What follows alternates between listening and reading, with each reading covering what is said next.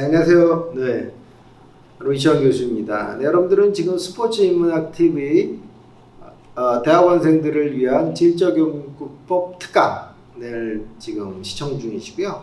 오늘은 6강째 여러분들과 말씀 나눠보도록 하겠습니다. 오늘 질적연구 강의는 지난주에 우리 자료 수집에 대한 이야기 했고 연구 사례 몇 가지를 갖고 시작해 보도록 하겠습니다.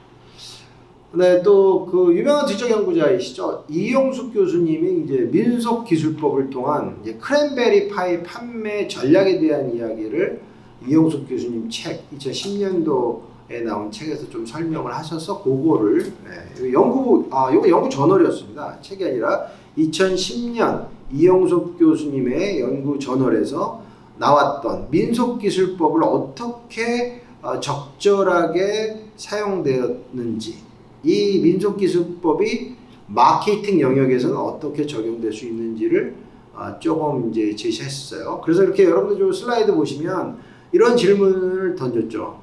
미국 가정에서 파이를 만드는 일은 의미가 무엇이고, 크랜베리 파이를 판매할 전략은 무엇인가? 이런 질문을 먼저 이제 던지고 이제 시작을 했는데, 왜 이런 질문을 던지게 되냐면, 그 크랜베리 파이를 판매하는 회사가 있었어요. 그래서 이 파이가 미국 가정 내에 어떤 의미가 있고 명절의 의미가 무엇인지를 알아야 제대로 판매할 수 있다고 인지하게 됩니다. 그래서 이러한 질문을 던지니까 이러한 답들이 나와요. 미국에서 명절이라는 것은 풍요로움을 의미하고, 우리나라와 마찬가지죠. 가족을 위해서 파이를 만드는 일은 가족을 돌보는 자신의 위치를 알 수 있게 하고, 파이는 가족 간의 의미를 느끼게 해주는 굉장히 중요한 매체, 단순한 음식이 아니었다라는 것이 이제 나오게 됩니다. 그래서 이런 명절의 의미를 파악하기 위해서 마케터는 관찰과 이제 면담을 이렇게 수행하게 되고요.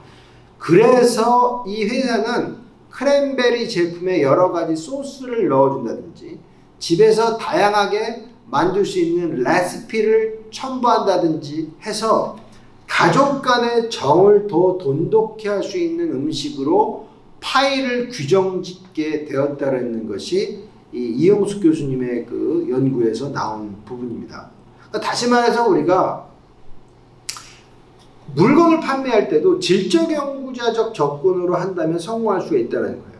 그러니까 단순하게 그냥 크랜베리 파이를 많이 판매해야지, 그냥 이렇게 우리 신촌 노타리에서 그냥 가판대 만들고 사람들한테 샘플 나눠주고, 이게 아니라 이 크랜베리 파이의 의미가 무엇일까?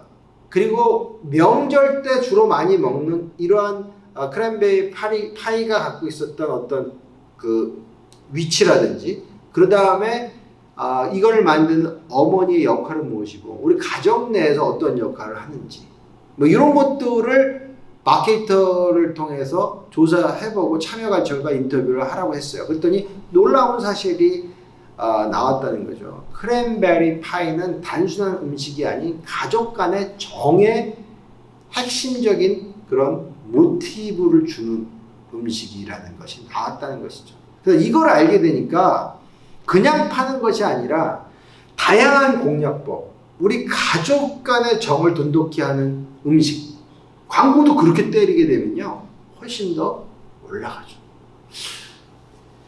우리 군대에서 많이 먹는 그 과자, 여러분들 정해서 많이 해요. 초코파이, 그렇죠? 물론 제가 이게 특정 업체나 그 브랜드를 홍보하려는 거 아닙니다. 그게 이런 그냥 딱 정하니까 딱 머리 와닿잖아요. 하나만 먹는 게 아니라 그거 다 박스채로 사요. 그 초코파이, 뭐 제품 초코파이. 그래서 왜 정이에요? 나눠서 먹으니까. 그러니까 정이 좋잖아요. 그래서 여러분들이 군대 생활을 예전에 했을 때 생각해 보면, 우리 초코파이가 한 박스 뜯어가지고 우리 부대원들 같이 먹으면은 어떻게 돼요? 정이 굉장히 돈독해지죠. 이런 의미들을 우리가 마케팅에도 적용한다면 어때요? 훨씬 더 판매에 효과가 있다는 거죠.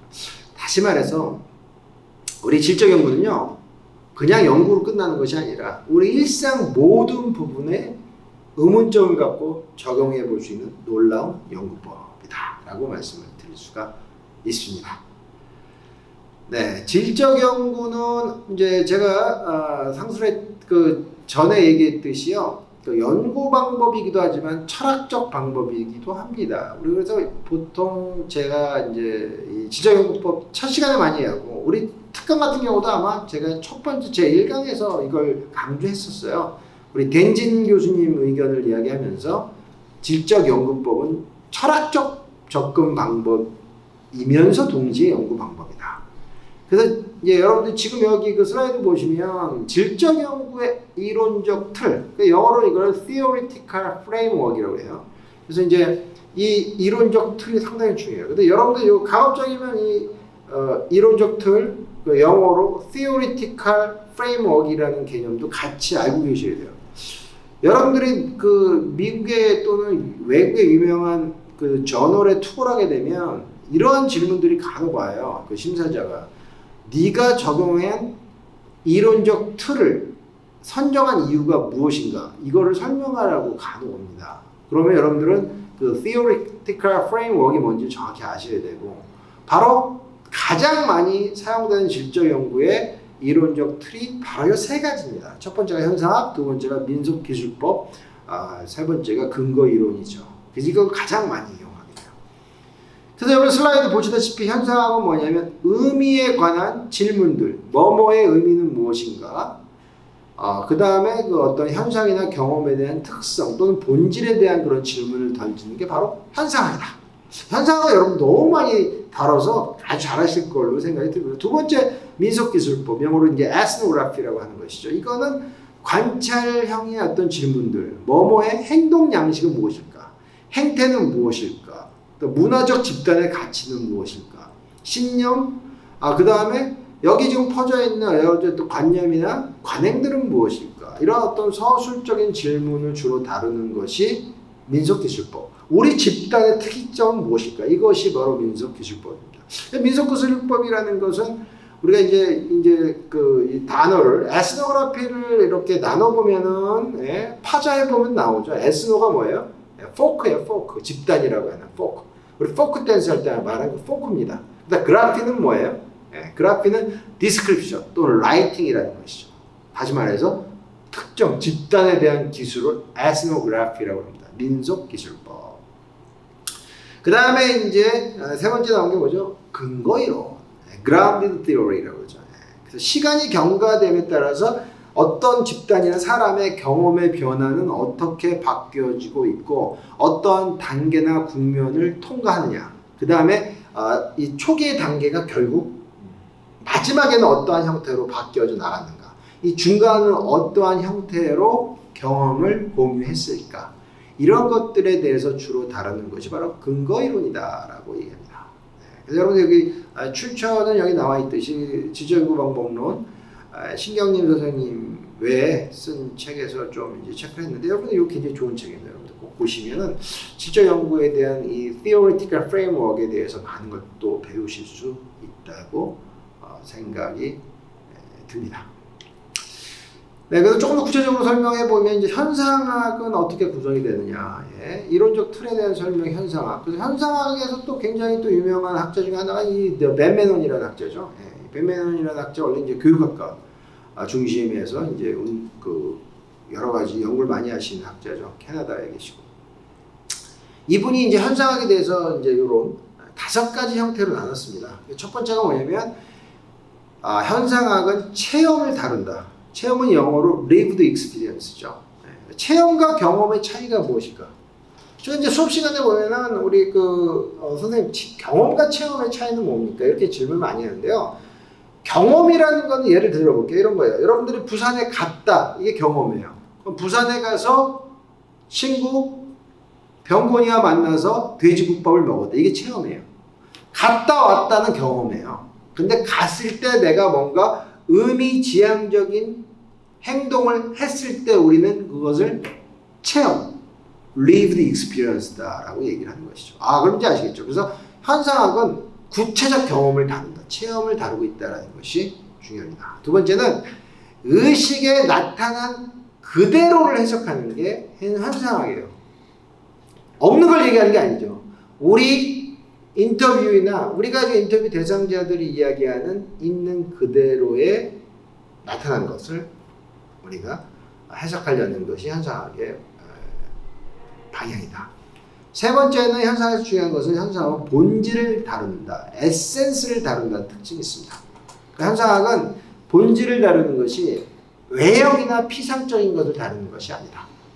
우리 또 약간 현상학 철학을 얘기하니까 여러분 좀 어려울 수 있지만 이거 어쩔 수 없습니다. 극복하셔야 돼요. 이 질주연구는 제가 댄지 교수님 말씀대로 철학적 바탕과 연구 방법론이 결합되어 있다고 그랬잖아요. 그러니까 이 어려우셔도 이걸 이해를 하셔야 됩니다. 가장 지금 뭐 쉽게 설명해 드리려고 하고 있어요.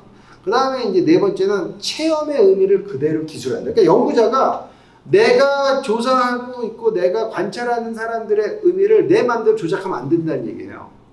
그러니까 내가 연구를 지금 하고 있는 그 얻는 데이터를 있는 그대로 나타내는 거. 영어로 as it is. 이게 중요합니다. 다섯 번째는요. 현상학은 인간 과학을 지향한다. 이게 이제 벤메넌 교수님이 얘기하는 건데 그래서 우리는 이거 인간과를 human science라고 얘기합니다. human science. human science. 정말 개인적으로 굉장히 멋있는 단어의 조합이라고 얘기합니다. human science. 그러니까 현상학은 이러한 인간 과학을 지향한다. 인간과학이라는 것은 결국 인간이 갖고 있는 그 의미를 파악하려는 그러한 과학적 체제다라고 이야기를 해볼 수 있습니다. 그 다음에 현상학은 그 이론을 개발하기보다는요, 정확한 묘사에 주안점을 둡니다. 여러분들 이거 반드시 밑줄 그어 놓으셔야 돼요. 정확한 묘사. 현상학은 정확한 묘사다. 이거는 반드시 잊어버리시면 안 됩니다. 현상학에서의 타당성이라는 것은 현상에 대한 구체적인 설명과 토론에 있습니다. 지금 여러분들 슬라이드에 보시는 분이 바로 그 유명한 현상학의 그 뭐 아버지라고 불릴 수 있는 멜로퐁티입니다. 멜로퐁티가 이제 돌아가셨지만 굉장히 유명하신 분이죠. 네, 요분 요 사진의 어떤 저작권은 저희가 뭐 어디에 있는지 몰라서 지금 뭐 출처 명시는 못했는데요. 네, 이 멜로퐁티 이분 대단하신 분이에요. 이분이 계속 얘기하시는 것이 바로 풍부한 기술. 이게 현상학적인 접근 방식이다라고 말씀을 하고 계십니다. 네, 민속기술법. 두 번째로 민속기술법은 뭘까요? 민속기술법은 문화인류학에서 유래해서 특정 집단의 문화적인 어떤 형태를 분석하고 그다음 전체적으로 그다음 문맥적으로 반성적으로 연구하는 형태를 우리는 민속기술법, 에스노그래피라고 얘기합니다. 그래서 민속기술법을 나타내는 중요 특징은 여러분이 슬라이드에서 보시는 세 가지입니다. 전체적으로 홀리스틱하게, 문맥적으로 컨텍스튜얼하게, 세 번째로 리플렉티브하게. 이게 민속기술법을 접근하는 연구자의 태도이자 분석 방식이다라고 얘기를 할 수 있습니다. 그러다 보니까 민속기술법에 따른 또는 민속기술 학자들의 굉장히 중요한 관심은 무엇일까요? 이 집단의 구성원들이 과연 그들만의 세계를 어떻게 구성했을까? 이것에 대해서 관심을 갖습니다. 다시 한번 여러 말씀드립니다. 내가 지금 연구하는 이 집단의 구성원들은 과연 다른 집단과 차별화되는 이들만의 세계를 어떠한 방식으로 어떻게 구성했을까? 이것이 핵심적 연구 테마입니다.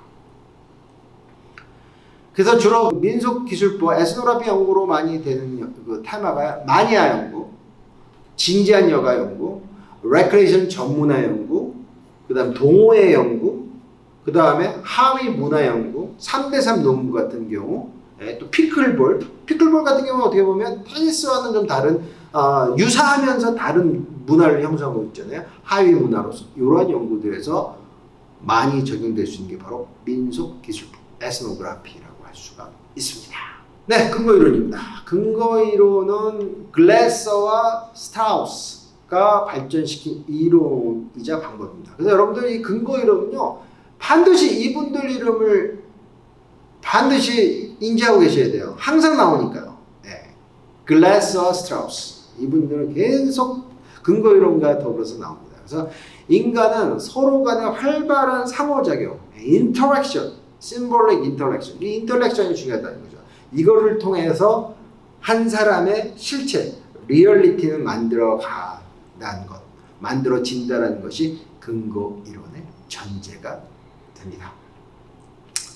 그래서 글래스와 스트라우스는 원래 그 양적 연구자였습니다. 근데 이제 시카고 대학교 이제 사회학과에서 시카고 대학 사회학 학풍을 이끌다가 이분들이 양적 연구의 어떤 한계를 느끼시고 결국은 근거 이론, 그라운드 시어리를 만드셔서 질적 연구의 한 획을 긋는 연구자로 거듭나게 되십니다. 네, 이번 시간에는 질적 연구의 이론적 틀, 영어로 이제 theoretical framework 세 가지를 말씀드렸습니다. 이 세 가지가 아주 중요하고 여러분들이 실제 질적 연구를 전개하시는 데 있어서 가장 많이 적용이 되는 이론적 틀이었습니다. 그래서 여러분들 요거에 대해서 좀 더 관심을 갖고 하시는 분들은 더 좀 이렇게 우리 그 영상에서 소개한 책이라든지 좀 논문들을 더 읽으면서 각자의 그 지식의 지평을 좀 넓히셨으면 좋겠습니다. 네, 오늘 여러분들 수고하셨고요. 또 질적 연구 다음 강의로 이어집니다. 네, 감사합니다.